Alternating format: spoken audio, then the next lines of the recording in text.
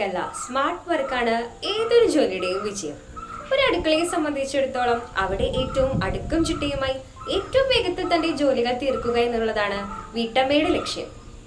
ഇന്ന് ABC creations പരിചയപ്പെടുത്തി തരുന്നത് 10 കിച്ചൺ ടിപ്സുകളാണ്. നമുക്ക് പോകാം 10 കിച്ചൺ ടിപ്സിലേക്ക്. കുഞ്ഞുങ്ങൾക്കും മുതിർന്നവർക്കും ഒരുപോലെ ഇഷ്ടമുള്ളതാണ് ഓംലെറ്റ്. നാം എല്ലാവരും വീട്ടിൽ ഓംലെറ്റ് തയ്യാറാക്കുന്നവരുമാണ്. എന്നാൽ ഓംലെറ്റ് കുറച്ചുകൂടി സോഫ്റ്റ് ആവാനായി ഒരു പൊടിക്കൈ ഉപയോഗിച്ചാലോ? 1-2 ടീസ്പൂൺ വെള്ളം ഒരു മുട്ടയ്ക്ക് എന്ന അളവിൽ നമുക്ക് ഓംലെറ്റിൽ ചേർക്കാം.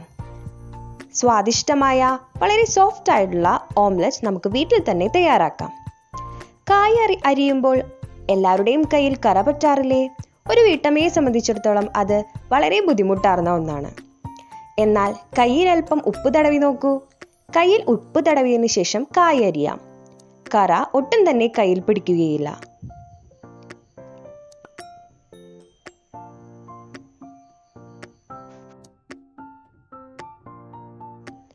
മലയാളികളായ നാം വീട്ടിൽ വെളിച്ചെണ്ണ വളരെയധികം കരുതി വയ്ക്കാറുള്ളതാണ്. വെളിച്ചെണ്ണ കേടാവാതിരിക്കാൻ 4-5 മണി കുരുമുളക് ചേർക്കാം. കുറെ കാലം കേടുകൂടാതെ വെളിച്ചെണ്ണ സൂക്ഷിക്കാൻ ഇത് സഹായകമാകും. കുക്കറിൽ പരിപ്പിട്ടതിന് ശേഷം പരിപ്പ് പുറത്തേക്ക് തിളച്ചു പൊങ്ങി വരുന്നത് പതിവല്ലേ?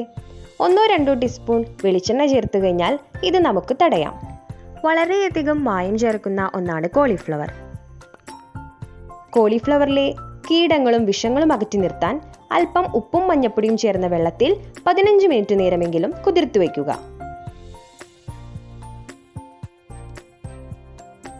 പൊതുവെ എല്ലാ കറികളിലും ചേർക്കുന്നതാണ് സവാള.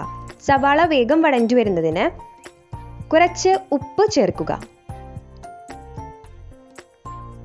വീട്ടിൽ പൊതുവെ നാം റിഫൈൻഡ് ഓയിലും വെളിച്ചെണ്ണയും ഉപയോഗിക്കാറുണ്ട്. നാടൻ കറികൾക്ക് സ്വാദിഷ്ടമാകുവാൻ കൂടുതലും റിഫൈൻഡ് ഓയിലിന് പകരം വെളിച്ചെണ്ണ ചേർക്കുന്നത് സ്വാദിഷ്ടമായ നാടൻ കറികൾ ഉണ്ടാക്കാൻ ഉപകാരപ്രദമായിരിക്കും. മാറി വരുന്ന മലയാളികളുടെ ഭക്ഷണ രീതി ന്യൂഡിൽസിനും പാസ്തയ്ക്കുമെല്ലാം വഴി വെച്ചുകൊണ്ടിരിക്കുകയാണ്.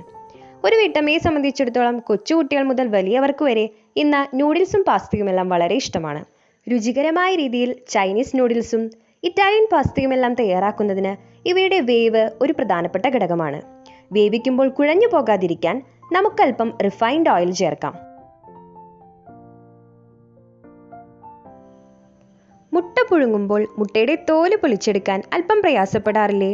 മുട്ട പുഴുങ്ങുന്ന സമയത്ത് അല്പം ഉപ്പ് ചേർത്താൽ വളരെ ഈസിയായി തോട് മാറ്റിയെടുക്കാവുന്നതാണ്.